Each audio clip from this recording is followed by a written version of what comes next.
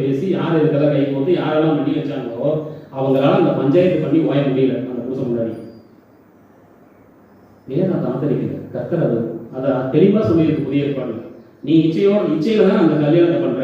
இப்ப பேர் 2 பேர் 1:4 எடுங்க.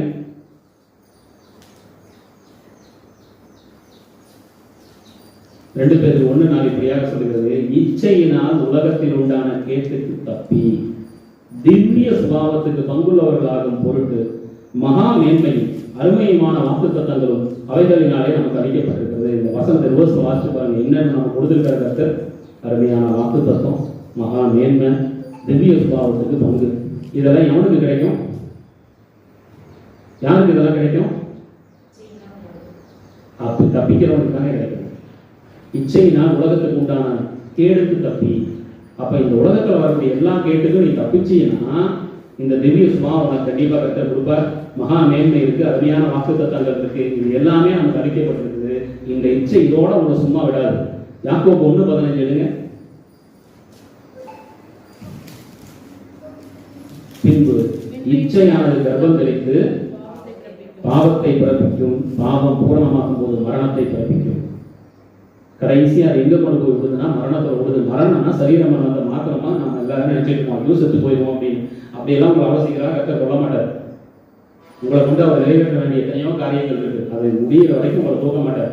ஆனா அதே நேரத்துக்கு உங்களை கொண்டு செய்ய வேண்டிய காரியத்தை நீங்க இப்படி எல்லாம் இறந்து போகும் பொழுது நீங்க வெட்டி வாழ்க்கை தான் இந்த பூமியில வாழ்வீங்க.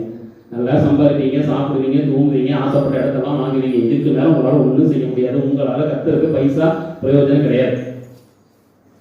ஒருவேளை பணம் என்ன லட்சமும் கோடியும் நமக்கு இருக்கலாம். ஆனா கர்த்தருக்கு நமக்கு உறவு இருக்காது. ஏன்னா வேதம் தெளிவா அதை சொல்லிடுச்சு. இந்த இடத்துக்கு என்னன்னா மரணம் பிறப்பிக்க. அந்த மரணங்கிறது பிரிவை குறித்து சொல்றது. தேவனுக்கும் உங்களுக்கு இடையில பெரிய பிரிவு விரிசல் இருக்கு.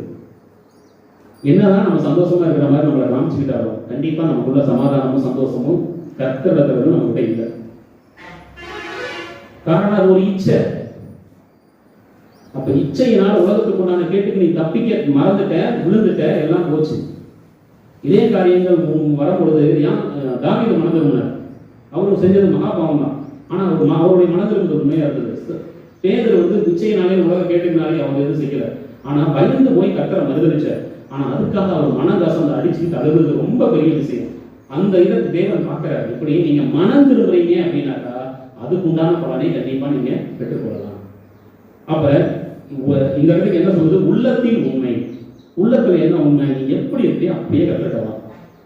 நீ விழுந்து போனவனா காணப்படுறியா? விழுந்து போனவனாவே தேவ சமூகத்துக்கு வா. அவர்கிட்ட அப்படியே ஒத்துக்க.